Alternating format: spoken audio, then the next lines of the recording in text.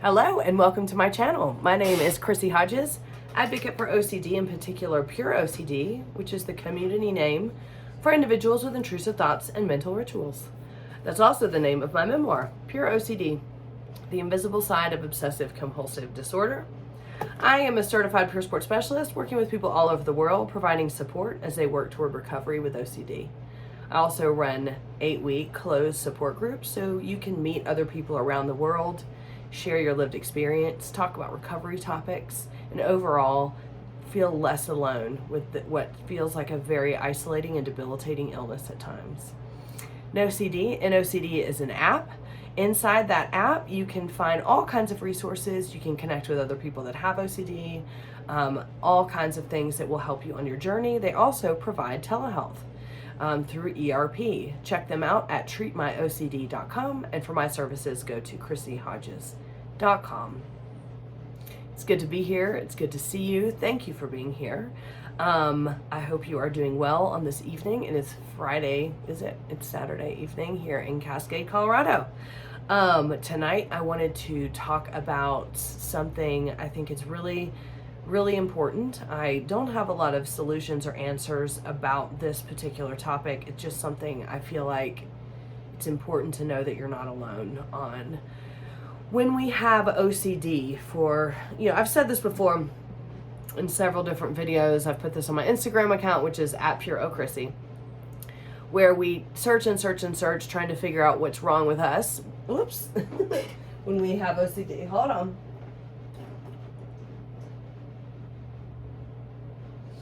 When we have OCD.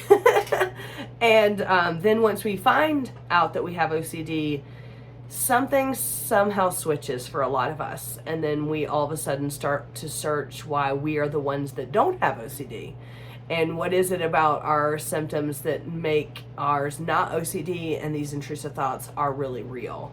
A lot of that comes from comparisons, right? Reading other people's stories, reading their recovery stories, hearing people say, oh, I did this and now I'm better, or, frankly, reading a lot of people that say that they're cured, or they went through treatment and they've never had a symptom since, blah, blah, blah. I mean, that's great for people if that's the case, but for most people, that's not how it's going to be. What does that mean? That means that you learn to manage OCD. That doesn't mean that you're cured. And managing OCD can lend yourself to living a very productive life. Life doesn't have to be much different than it would without OCD once you get that under control and learn how to manage this daily and practice acceptance. The problem is that while you're working toward that, or even if you have been through successful treatment and you're experiencing symptoms again, sometimes you can get very, very tripped up when you read things about whatever particular theme you have that aren't exactly like the story that you have. And once that happens, you start to think, oh my goodness, this person must really have OCD and I must not. And I'm going to tell you, this is a lot of the reason why people resist coming to groups, resist doing things and meeting community, coming to my live events, which are all over around the world, because they're scared they're going to find out that other people really have it and they don't. This is a very common fear. It's very secondary, right? It's a secondary fear of doubt, of obsessional doubt. What if the themes are real? But what if, what if the themes are real, or what if what if the OCD is not real? What if this is actually who I am? What if I'm in denial? All of the things that come into our heads. And again, this is no different than intrusive thoughts, where we're just trying to prove or disprove something. People say all the time, I wish I could just have like a test that just shows me that it's OCD. And I always say, you would see that test and then worry it was someone else's. Or worry it's just mimicking OCD and it's not really that. I struggle with this too. So I want you to know that. I do recognize that I have OCD. I do believe that this is OCD, but when I am really in a theme, it feels so real that I really have to look to the compulsions. This can't be OCD this time. I've never experienced this before. This feels too real for it to be a disorder. If it was a disorder, I would just know it. If it was OCD, I'd be able to outthink it. So I have to look for the compulsions that I'm doing that point to, yes, this is OCD. So moving on to the next thing I wanted to talk about with this when we live with OCD for a really long time, or if we are just bombarded with OCD day in and day out, and so many of you know exactly what I'm talking about. You've been at those low points, you've been at those times where OCD is just prevalent all the time and it feels like there's no escape. Now, sometimes when this happens, let's just take taboo intrusive thoughts for instance. You know, we sometimes use our emotions in order to prove or disprove. One emotion in particular is going to be disgust. And anxiety is very similar. You know, anxiety is an alarm emotion, right? So, oh my gosh, I have anxiety, so that's going to alarm me not to do something, blah, blah, blah. So when we use these kind of emotions, anxiety, disgust, sadness, guilt, shame, we use those emotions to prove that we will not act on a thought, or that, okay, whew, I got this emotion, so that means that the intrusive thoughts aren't real. When we start to rely on those emotions are no longer going to serve us down the line. A great deal of confusion can happen here. This is when a lot of people can go into the, oh my goodness, I'm not experiencing these emotions, so that must mean I'm starting to accept my true self. Excuse me, I've been sick this week. I'm starting to accept that this is real and I've just been in denial. This must be the time where I'm finding out this is real. But I do want to tell you that to a degree, if you start chasing emotions, if you start using those emotions as proof or to show you that something is or isn't, those emotions are going to start losing their potency. They're going to start losing that luster that you need to be able to prove or disprove the thoughts. And the other thing is that when you are, and I've done plenty of videos on this, right, about like when you act on your thoughts, meaning you're testing or you're checking, or you're going to intentionally look at something and see how you feel, or intentionally look and monitor your body, things like that. These are compulsive behaviors, even though you may go, mine aren't. You might also start to question whether you are enjoying testing and checking. Am I doing this because I like the feeling? Am I doing this because I want to? Why would I do it in the first place? You know, and then you may get into that very confusing feeling of, oh my gosh, I'm experiencing some groinal, but do I enjoy the groinal? Oh my gosh, do I want the groinal? Is this? And then sometimes people might act on that to get rid of the groinal, or just to neutralize the thoughts. They may masturbate, or they may go watch porn or have sex or something like that. And then that can add to that guilt and shame of, oh my gosh, I used my intrusive thought to be able to feel this way, and then I acted on it, and I am dirty and I am guilty. Now, these feelings of shame and guilt, sadness, disgust at yourself, not necessarily the disgust to prove or disprove a thought, but the disgust at yourself can be tormenting. You know, and those can start to feel like this barrier to treatment, barrier to thinking you're worthy of getting help, barriers to thinking you're worthy of ever even having happiness, barriers of why should I ever even be able to laugh again, enjoy life, have fun with my kids and my family, be in love. Because what kind of person has thoughts like that? What kind of person actually intentionally looks at things that are horrendous or disgusting, you know, to check, and then maybe likes them and doesn't know that they like them? I also want you to see, in just me playing that out, see that where that obsessional doubt comes in, fueled by this guilt, fueled by the shame. Those powerful emotions right there can keep you from thinking you deserve to get help.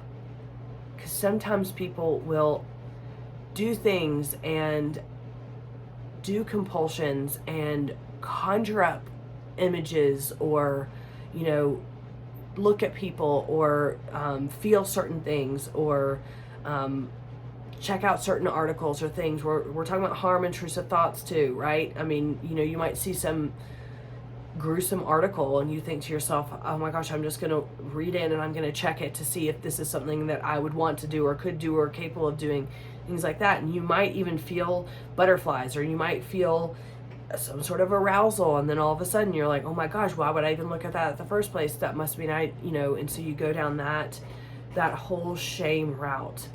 These are things that get in the way of treatment. Trust me, I know. I see this all the time. A phrase I hear all the time from people are, even if I get better, how could I forgive myself for ever having these thoughts? Forever doing the things that I did to try to prove or disprove, to conjure up images, masturbate to things, look at specific porn, things like that. I mean, I just want you to know, again, I don't really have the solution. I just want you to know that this is so common. It is so common to confuse the severity of where you're at in that obsessional doubt with, is this something that I actually want? Is this something that I'm actually turning into? Is this something that I actually like? The confusion gets so deep that now like signals in your body and signals everywhere are getting crossed. Let me tell you something about deserving treatment. Whether you're going to believe me or not, you're not. You do deserve treatment, no matter what. No matter what you've thought, no matter what images, no matter what you've searched, I don't care. You deserve it because and here's the deal. If this comes across easier, it doesn't have to be you deserve it so you live this great life and blah blah blah, because I know that's hard for you and hard for us to comprehend when we feel like we've done despicable, awful things and we don't deserve it and we're horrible, deviant, sexual, horrible people, right? What if you just got some treatment to diminish the suffering so you didn't have to suffer all day, every day? What if you just did that? And then from there, decide what to do next. It doesn't have to be, I'm going to get treatment and then I'm going to have this happy life, because people who are dealing with this kind of stuff, the taboo stuff that turns into the I don't deserve that, I'm going to get treatment so I can have a happy life. Nope. I don't deserve a happy life, so I'm not going to go after treatment. Okay? Let's reframe that. What if you went to treatment just to stop suffering and maybe to clear up some of this confusion? What if you went to treatment and you actually saw, wow, this helps, and now I can see that this was disordered? I'll share this with you before I wrap up. When I went into treatment, I was 24/7 OCD. 24/7. I mean, in my dreams, in my groin, everywhere. I thought to myself, there is no way, number one, this treatment's ever going to make a dent in what I have dealt with the last 12 years. And number two, there's no way I could ever move on with my life after all of the things that have happened in my brain, all of this time. And how could I ever forget about all of the things that I did compulsion-wise, or how I've suffered? I just didn't believe it was possible. And part of me didn't believe it was OCD. I was like, I'm going to be the one person that finds out it's not. And I think that the turning point for me in treatment was when I was practicing this over and over and over and over and over. And daily I was doing, I was practicing the behavioral response, changing my behavioral response. There was a moment in treatment, and I had gone for several hours without thinking about the intrusive thoughts, sexual intrusive thoughts. And there was this moment that I went, oh my gosh, I think this is working. And then I said, I believe that because this works, this might be OCD. And then the thoughts came right back. And I was like, damn it. But it motivated me to keep going. I didn't think about anything else other than that. And I kept going in treatment, and I eventually got better. And I eventually was able to go on with life. And I eventually was able to believe that I deserved a good life and I was worthy. And I did eventually believe, or I did eventually know I could go days without thinking about those thoughts that plagued me for so long. You're not the exception here. I know it feels like it. Half the time I get on to calls with people, they convince me that they are the exception. Or they try to convince me. And I'm like, yeah, I just heard that an hour ago.